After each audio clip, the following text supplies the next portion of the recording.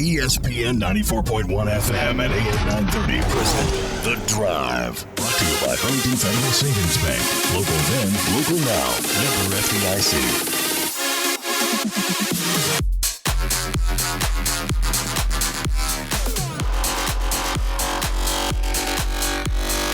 It is Monday, September 21st. The Drive begins now on ESPN 94.1 FM and AM 930. I'm your host, Paul Swann. You can join the program by calling the Miller Lite phone lines at 877-420-TALK. That is 877-420-8255. Miller Lite, hold true, great taste, only 96 calories. It is the original light beer. We got a lot to get into today. Feels good, doesn't it? You wake up on a Monday, you wake up on a Sunday, you wake up knowing that your Marshall Thundering Herd is in the top 25. Of course, Sunday, we get the thrill of finding out that the Thundering Herd's in the top 25 after Marshall knocking off then-ranked Appalachian State 17-7. They come into Huntington, CBS, nationally televised game. They're ranked 23rd. Longtime Herd fans remember the excitement of Marshall and Appalachian State back in the Southern Conference days. And, of course, Brendan Knox just goes off. Grant Wells had a good game too, but Brendan Knox just goes off. 138 yards. He also had a touchdown. If you missed it, here's what it sounded like, courtesy of Learfield IMG. Steve Cotton on the call. Here's Knox's 2-yard run to put the Herd up early, 7-0. Marshall slows it down a little bit and goes to the full house backfield. Morrell left of Wells and Devin Miller right, and a standing pistol tailback Knox. The snap, the give to Knox straight ahead at the 2 and at the 1 and fighting for the goal line. He gets it. Touchdown, Brendan Knox. Touchdown, Herd. So the Thundering Herd goes up 7-0, and Appalachian State comes back and scores. It's 7-7. Okay, here we go. We're going to have a shootout. We're going to have a battle here. And then it gets all defensive. Appalachian State scored a lot of points on Charlotte. Marshall scored a lot of points on EKU. This was completely different. This had two really strong defenses going back and forth. And Marshall would later get a field goal, make it 10-7. And then you're thinking this is going to go down to the wire. It finally breaks open. Grant Wells, you're looking for a big play. He finds Xavier Gaines. It goes 62 yards, sets up the Herd quite nicely. Miller and Gaines to the right. Grant Wells in the shotgun, takes the snap, backs up. Knox picks up the blitz, throw deep over the middle for Gaines. Caught in midfield, Xavier Gaines, the 40, the 30, inside the 20, cuts left, breaks the tackle over the 15, and down at the 11-yard line. So the Herd's set up, ready to go, and you're thinking, okay, is it going to be Brendan Knox? Is it going to be another pass play? No. The quarterback himself, he decides, I'm going to take it. I'm wide open. There were some injuries. Doc talked about this. There were some injuries, and Marshall knew exactly which side of the football field to go. Wells scampers in, nobody even near him. 12-yard touchdown run, puts their Herd up 17-7. Here's what it sounded like from Steve Cotton. Grant Wells in the gun, takes the snap, fakes the handoff. He takes off left, and he is all by his lonesome. Nobody within 10 yards, and Wells waltzes in for the touchdown. Marshall 16, Appalachian State 7. Grant Wells 12 yards. Wells puts the Herd up 17-7. Appalachian State, though, making it interesting. Again, these are two really good teams going back and forth. I thought evenly matched to a degree. I thought Marshall was the better team. Appalachian State had opportunities. This game could have been tied, missed field goal, and then there's this opportunity here. All day long, Zach Thomas, I thought even though he probably had the better stat line, Wells in certain spots was the better quarterback, but Zach Thomas, a really good quarterback. Her defense really getting after him, but he gets one, and you're thinking, uh-oh, it's going for a touchdown. He breaks one out. However, Nazeeh Johnson's there, and Nazeeh recovers a fumble, but you can thank Mr. Drayton for setting it up. Steve Cotton with – I really didn't know how to describe this at the time. It just happened so fast. I had to watch the replay. But here's what Steve had to say when this play was happening, where you thought, oh, no, Appalachian State's going to score here. Here we go. And the Herd defense comes up big. Harrington, the tailback. Thomas will go from under center. Marshall jams extra guys up on the line of scrimmage. He takes it. He fakes the handoff. He throws over the middle for the tight end. Caught at the 30-yard line by Evans, and he's going to go left. He's near the goal line, but he fumbles it. And Nazeeh Johnson runs the ball down in the end zone and recovers for the Thundering Herd. Brandon Drayton knocked the ball away from Mike Evans, and what looked for a moment like it might be a Mountaineer touchdown or at least first and goal, it turns into a turnover. So I think that saves the game right there because it denies the Mountaineers the touchdown. And it gives Marshall all the momentum it needs to finish out this game. The defense clamps down, wins the game. Marshall, first ranked victory. And this is FBS. This isn't 1AA. This is FBS. First ranked victory in FBS since 1976. This is in Huntington. And that game was played at Fairfield Stadium. That stadium's not even around.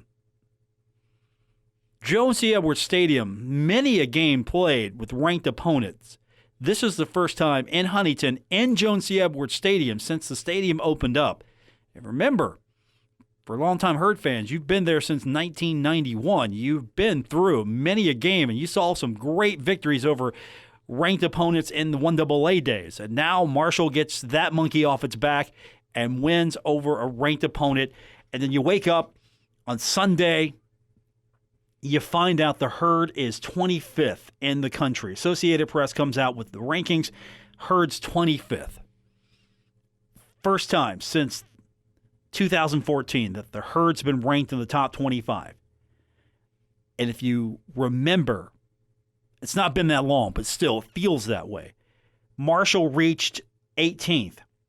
That's the highest Marshall reached. Ended up 23rd in the final rankings. So the Herd's somewhere that it hasn't been in a while, and it wants to be. And for longtime Herd fans, this is where you expect Marshall to be. Always contending for the top 25. Always contending for the conference championship. And it felt like, at least on Saturday, it felt like this was the Marshall team that you expect to see on game day. That this is the Marshall team that goes out always maybe 2 or 3 touchdowns better than the conference opponents. And most teams that come into Jones C. Edwards Stadium, always competitive and, for the most part, always able to pull it out. Marshall should be running Conference USA. That's the standard that has been set. And it felt like, okay, this Herd team might be living up to that standard. And so Marshall's ranked 40 points in the coaches poll, top 25 in the Associated Press poll, and all of a sudden, the Herd can talk about being a top 25 team. Sam Burton, when he found out Marshall made the top 25, of course, he was pretty excited. No, I was pretty excited. I first found out, we were actually in the weight room in the middle of the lift, and Heath told us. But I was pretty excited. It's something that I've always wanted to be a part of. Like when I was growing up, just watching college football, watching the best teams in the nation just go at it, was just something I've always wanted to be a part of. Yeah, who wouldn't be? You want to play college football. You want to be one of the best teams in the country. You want to win bowls. You want to win championships. You want to do all of that.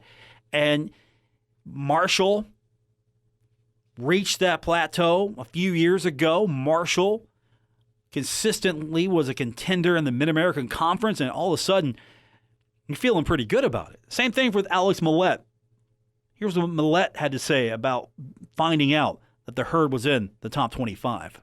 It's real exciting. Obviously, that's something that all the guys on our team have dreamed about our whole lives, and we were on some teams that could have done it but didn't do it, and it was good to be able to go out there against a top 25 team and put a full game together. And I'd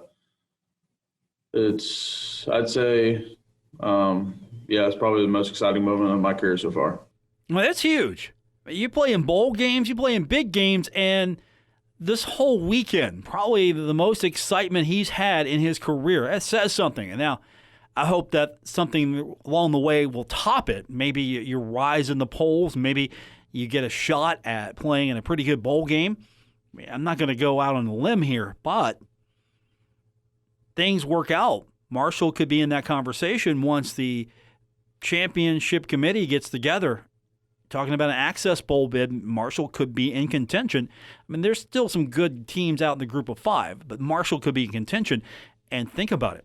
I mean, Marshall could be playing one of those New Year's Six bowls. That's where Marshall fans want to be.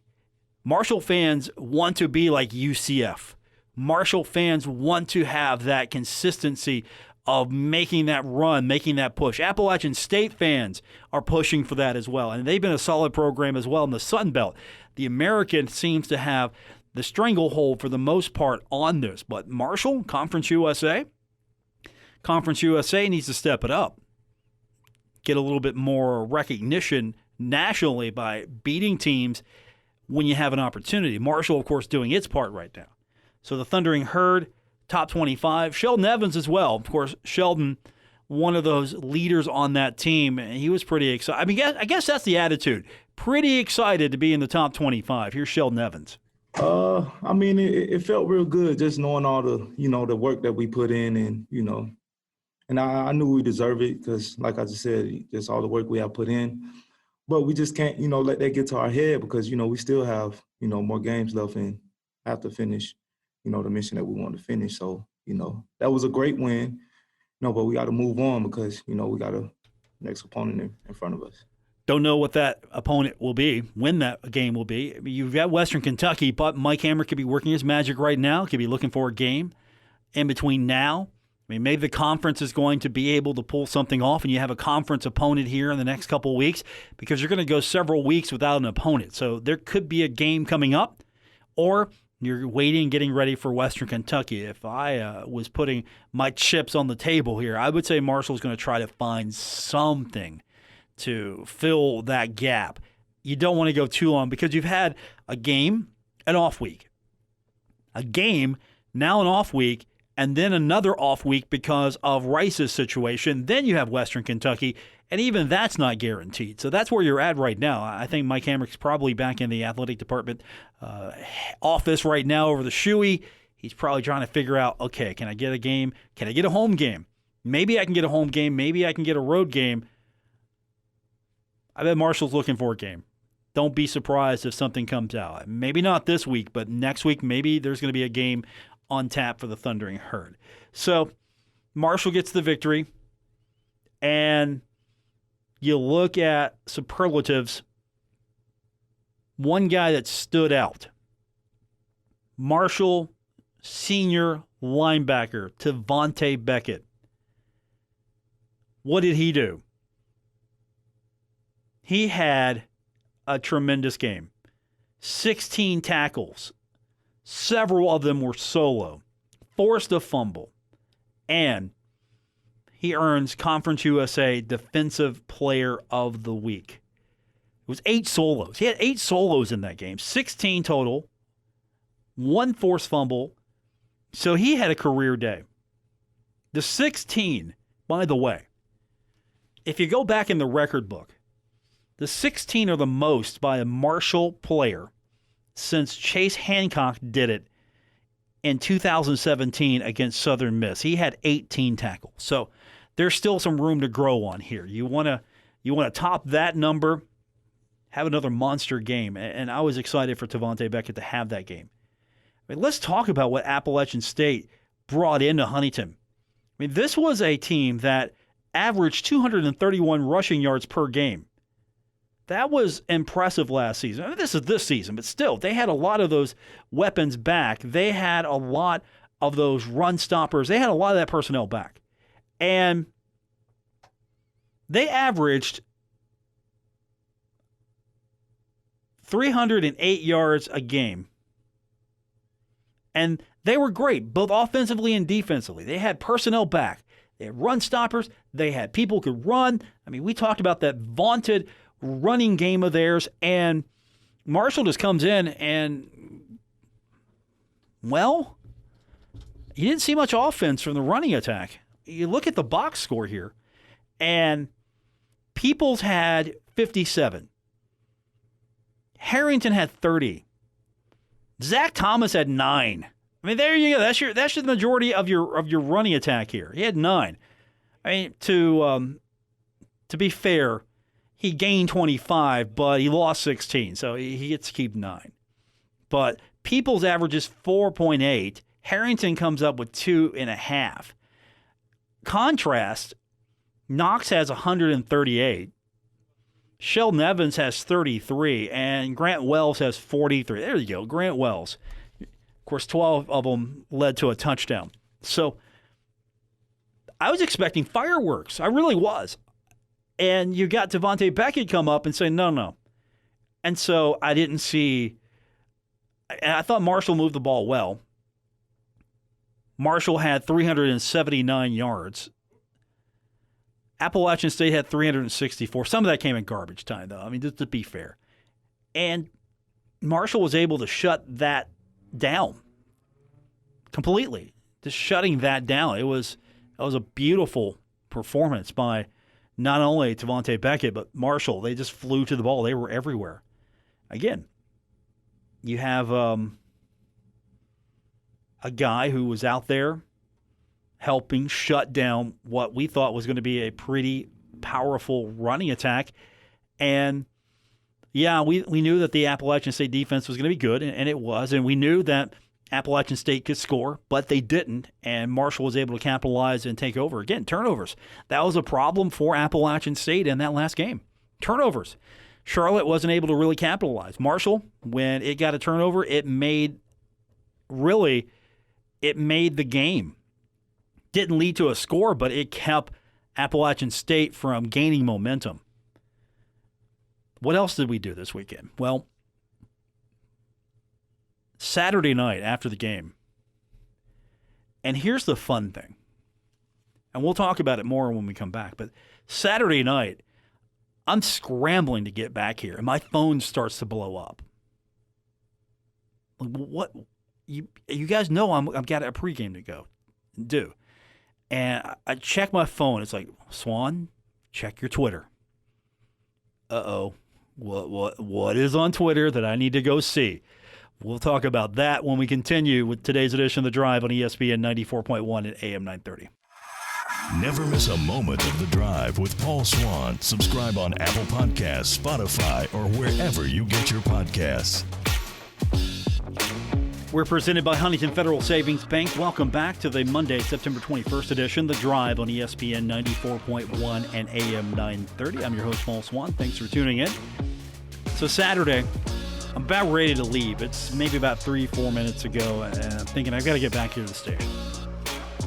I do the pregame here at the station, then I head over to the stadium, and then I usually leave a little early. It hasn't been a problem so far this year because traffic's a little limited. You know, you've got, 30-40% capacity here. I'm not fighting to get back to the station. Traffic hasn't been insane. So I'm still leaving. It's a little early. Got to get back here, get ready for the postgame. And first of all, I had a couple people at the stadium say, sit down. Where are you going? Even one young lady from the Parthenon, she's looking at me like, Paul, sit down. You're not going anywhere. You got to stay for this. This is history. You need to stay for this. And so, all right, I'm going to stay. And I watch it, and it's amazing. Marshall gets the victory. And then I'm in fast flight mode. So if I blow past you after the game, I'm in a hurry. It's not personal. I'm just flying. I'm trying to get past everybody. I'm trying not to break the laws while I'm at it and get to the car, and I'm not checking the phone or anything. I'm flying back here to get to the station so we can line up interviews and do the post game. And then my phone starts going crazy. Now, okay, what is going on here? I get a text, and it's like, check your Twitter. Okay, well, what's on Twitter that I need to check? And it was from my good friend Ryan Epling over at WSAZ. He's like, check your Twitter. The Canadian branch of Herd Nation, Herd International, he was questioning it, wants to call in. So I'm like, what? What are you talking about? Because I had not heard this story yet.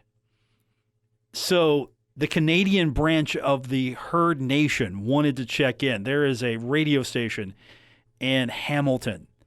They're dying for football. They're absolutely starved for football because Canada doesn't have football right now. And so I'm seeing this. All right, let me check Twitter. And all of a sudden, I discover people adding me on Twitter. Paul, can you make this happen? Like, what is going on here?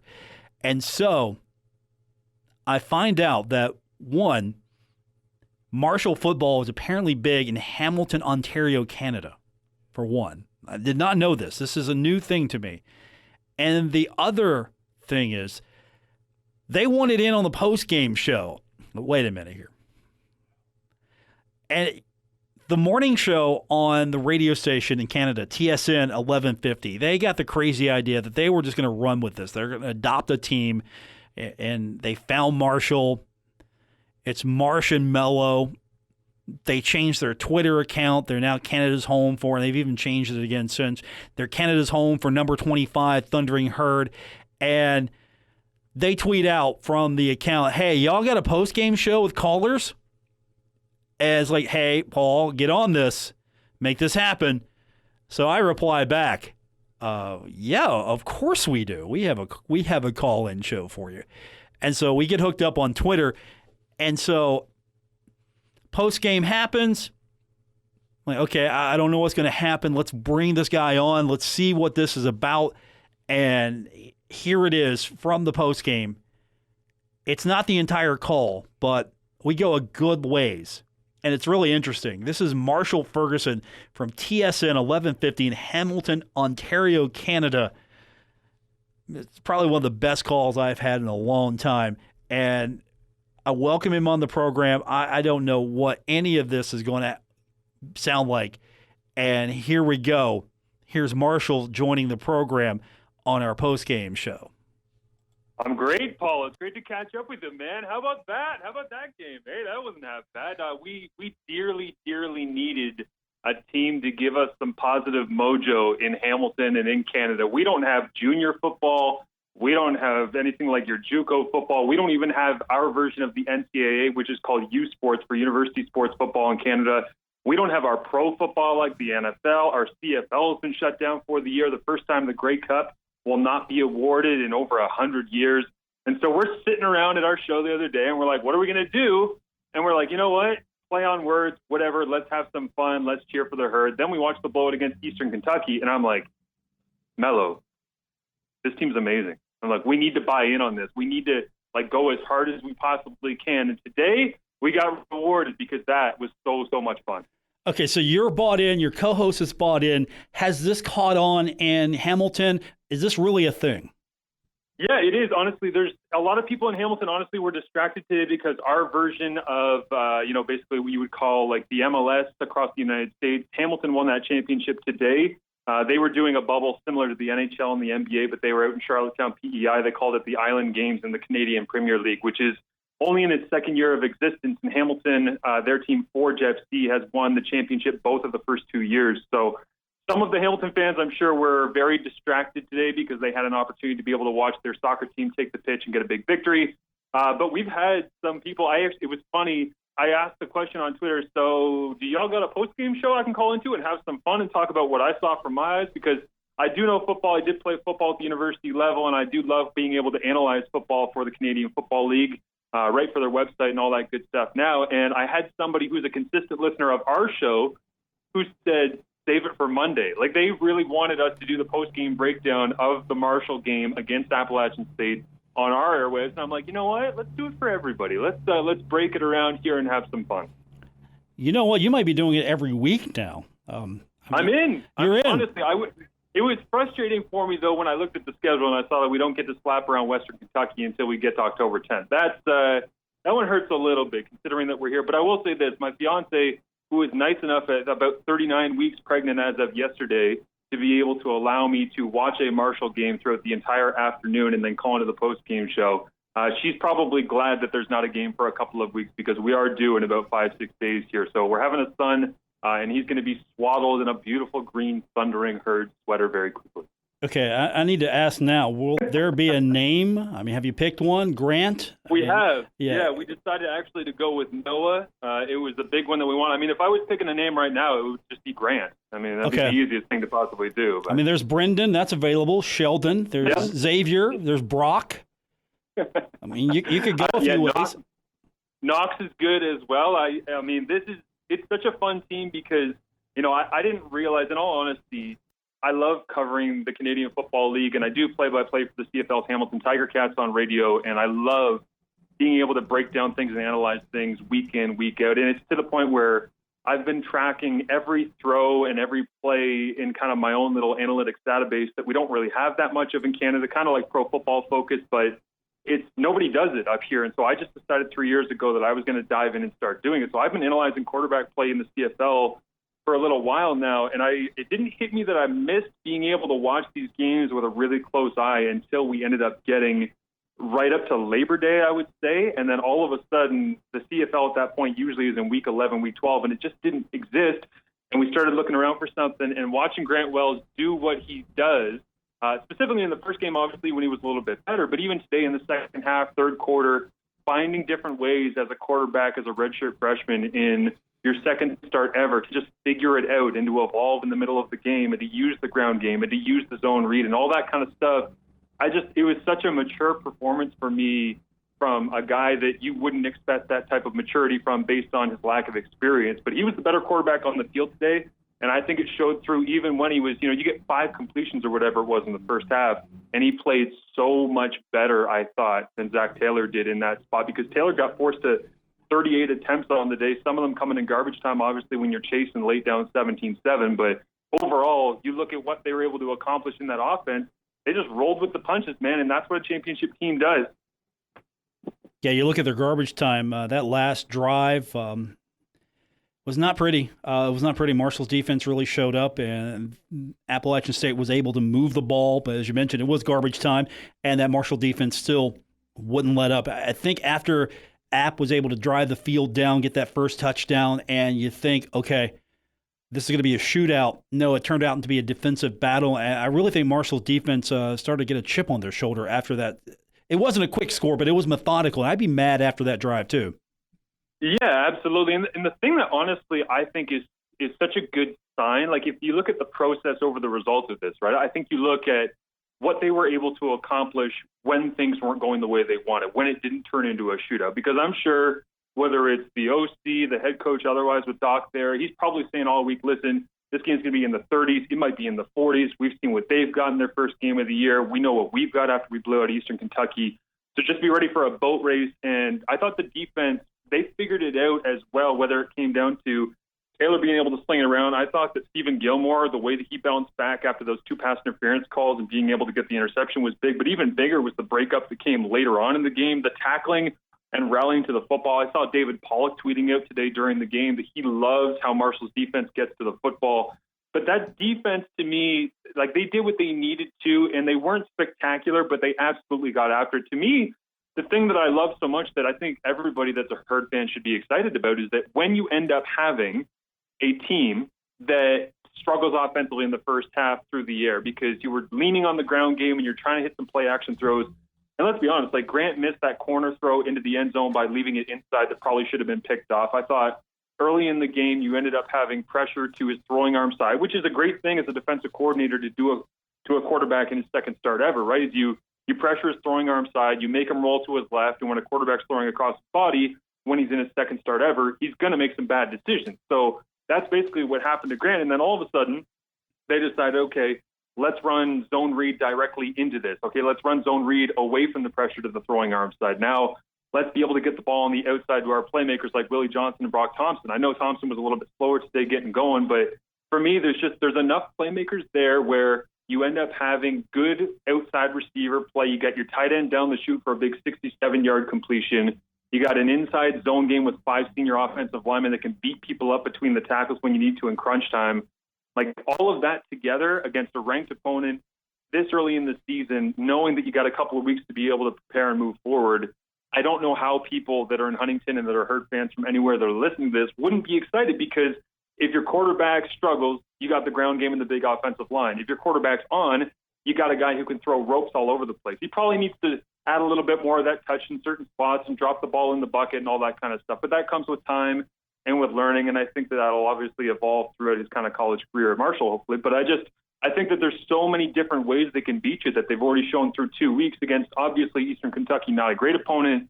But then you look at what happened this game, and it really shows that they can evolve in game. And that is absolutely the marquee of a team that's ready to move forward and keep challenging other teams. Yeah, and all of that happened because Marshall's defense allowed that to happen, let him have some time. And you look at Tavante Beckett, 16 total tackles, 8 solo. Yeah. You mentioned Stephen Gilmore. I think he just got fed up and decided, I'm going to take this ball. He had 2 breakups, of course, that 1 interception there. That makes up for everything. The flags on the field. The officiating was horrible. They're Big 12 officials. They're horrible. And I can say it. No one else can. I can. So I thought that some of the flags over the middle were a little bit questionable down the passing game in the middle of the field as well. I didn't really understand some of them. But the one player I do want to kind of circle on defense that I love today, Paul, I thought was absolutely awesome, was Darius Hodge. And the reason that I kind of circle him on the D-line is because, like, there's certain guys that I watch just because I kind of watch everything with a Canadian Football League eye. And I say, oh, that dude looks like he could be a monster in the CFL, because the CFL is not going to be the dudes from Bama who are, defensive ends that look like Jadeveon Clowney at South Carolina, or, a linebacker that's 6'3", 240 and can run a 4.3. Like, the CFL guys end up coming north, the ones that I watch all the time that I call games of, because they have the ability to be able to make up for what they're compensating for. So whether that is they're shorter at linebacker, or they don't have the same speed as other guys, or they make a great job of being able to catch balls out of the backfield, but they're not really a dominant runner in between the tackles. And there's just they always have something that's a hole in their game that they have to make up for, and yet they still find a way. And I look at Darius Hodge today, and he looks so much to me like Alex Bazzi, of course, who was a Marshall alum that now plays in the CFL and has been pretty dominant in his time, honestly, when he's been in the CFL with the BC Lions and with the Toronto Argonauts. And I look at that and I'm like, that's a dude that I could absolutely playing pro. And if it doesn't happen in the NFL for whatever reason, because it's so tough to crack those rosters, he would be such a great fit in the Canadian Football League because he can get after it. And I love the energy that he played with too. I'm sure you, as somebody who watches this team with a close eye, you see that too. Like, whether it's a screen pass to the wide side, he turns, puts his head down and just runs. And as a defensive lineman, that's got to be, I'm guessing his height, weight here, but he's got to be somewhere up around, 250 pounds, something like that, because he's a pretty thick guy. To get out and chase like that, again, you get Gilmore going in the secondary, you get good linebacker play, and you get that running around the field like a maniac. That's all 3 levels for you right there, and that's why I think it's going to be fun to watch him moving forward. Hodge officially listed at 245, officially. Okay, yeah. And you look at his game today, 3 tackles, 1 solo, but the key stat here is 1.5 sacks, also accounting for 1.5 tackles for loss. He had 1 quarterback hurry. He was in there, and the team had 3 sacks total. Team had 3 sacks total on the stat chart, and he's the big reason why. Yeah, there's so nice to see some variety in the defense too. And the thing that I honestly, that defense, like, coming into it, and I had listened to a couple of podcasts covering the Herd and whatnot leading up to today. Got up for the nice 2-hour dog walk this morning early here in Canada, be able to enjoy wandering around and listening to some background on the team that I'm kind of learning about as I go. And being able to do that, all everybody was talking about was, man, that Appalachian State ground game, man, it's nasty. Well, almost at halftime, they had like 35-odd yards, I think it was, on the ground at that point. So we talk about the sacks and we talk about the pass knockdowns and the interception by Gilmore and being able to punch the ball out by Drayton at the end of the game there. That was such an important play to be able to turn it around. But even after all of that, I'm looking back at it, I'm like, that all starts up front. And again, I go back to, if the offensive line is full of fifth-years who can move bodies up front, play a little bit nasty, and you got a great running back in Brendan Knox, if you've got yourself a defensive line that can get after the quarterback, but it can also play sound against the run and balance that, then I think you're looking at a team that can push moving forward. And again, you had a week off to be able to prepare for Appalachian State, and it's obvious that they found some answers. And even if you do go through a struggle with, at times, Grant Wells not playing at his best like he did in the first half, you showed today against a ranked opponent, a pretty good team, even though it's early in the year, that maybe they didn't deserve to necessarily be ranked based on the situation that COVID's given all of us, but they were ranked, and you can only beat the people that you're lined up against, and depending on what the ranking is, you get credit for it. So my fingers are crossed that they end up being ranked, that we can pump this thing up over the next couple of weeks here in Hamilton and get a lot of people to dive on board and make sure that they're excited about being able to watch that game against WKU, because I think this is a team that if they get through that game against Western Kentucky, they can run their way through. Eastern Carolina would have been a great test. Still remains to be seen what happens with Rice. But if you end up having the schedule that they do that's been reshaped, reworked, depending on what happens moving forward, if more teams have to postpone, I think they can still run the table through. And listen, man, it's a wacky year.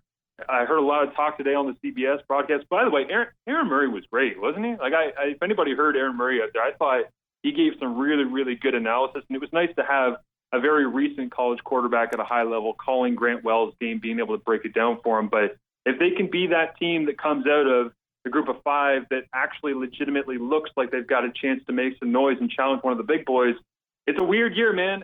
Everybody, everywhere. You end up being in spots you never thought you'd be in, and Marshall football might be one of those Cinderella stories of a very, very strange sporting year. Joining us from TSN 1150 in Hamilton, Marshall Ferguson. I guess I'm now the official post game of Canada, or at least Hamilton. I mean, can I claim that? Yeah, we're going to play this, and we're going to pump you up on 1150 in Hamilton and drive people to your post game show so they can get all of their Marshall Thundering Herd takes as soon as the game is over. Okay, can we get the pregame in there too? I mean, I know I'm being greedy at this point, but can I get the pregame?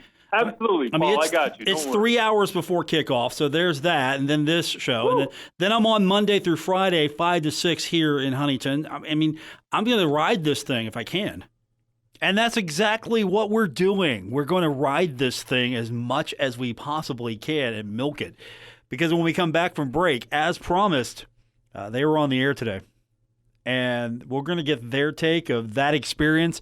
That call went on for several more minutes. I thought that was a good place to end. We're going to hear their response to the entire weekend. I thought it was hilarious today, and you're going to get a sample of it when we continue on today's edition of The Drive on ESPN 94.1 and AM 930. You're listening to The Drive with Paul Swann on ESPN 94.1 FM and AM 930. Presented by Huntington Federal Savings Bank. Welcome back to today's edition of The Drive on ESPN 94.1 FM and AM 930. I'm your host, Paul Swann. Thanks for tuning in. We're wrapping up today's edition, but before we call it a day, I'll tell you this. It's been fun. We've had, I think, a great weekend to get set for another couple of weeks of no football unless Thundering Herd can magically find an opponent. But I had a great weekend. Thundering Herd's in the top 25. I made new friends in Canada. I apparently am Canada's post-game show now. Maybe I can get that pre-game show thing I'm working on as well. But as you know, I'm trying to milk this thing. I'm trying to expand the brand. The brand is going international. So how was the brand of Paul Swann and, of course, this Marshall fantastic weekend received in Canada? Well, I happened to tune in today to TSN 1150 in Hamilton, Ontario, Canada, where they have completely blown this marketing idea up. And here's Marshall and his co-hosts. They're Marsh and Mello. Here's how they reacted to being on the postgame show here on Saturday night. And let me tell you, I died laughing after I heard it. Meanwhile, I'm out here just waving the Marshall Thundering Herd flag for the entire team, this damn state of West Virginia and Hamilton, and they made it pay off, and it was so much fun. And then I went on the postgame show, and it was amazing because the postgame show, and shout out to our dude who got in connection with us, Paul Swann, who is the programming director, radio host at ESPN 94.1. He was the one that actually contacted me when I kind of sarcastically tweeted, "Hey, you guys got callers? The postgame show?" We talked for 20 minutes, and here's the thing, Kyle. I think I got hired by ESPN 94.1 because Paul Swann at the end of the interview was just negotiating with me on air, saying, "Hey, do you want to do something for our pregame show? Do you want to be a consistent caller on the post?" I'm like, "Are we on air right now, Paul?" And he's just talking to me about what do you want to do for the rest of the year? And I was just like, Whatever you want, man. I'm here for it. I don't have any football, and I'm trying to keep my own skills sharp for when we're calling Tiger Cats games and talking about MAC football, because I don't want to go a full year without having football games. So if you're like me and you're looking for something to dive into, that's fun. You want to listen to ESPN 94.1. You can follow along with us throughout the year, because we are going to do this from now until basically December, whenever we get to bowl season, when Marshall is undefeated and they are still carrying the torch for this show into the college football playoff as the group of 5, the best team in the group of 5.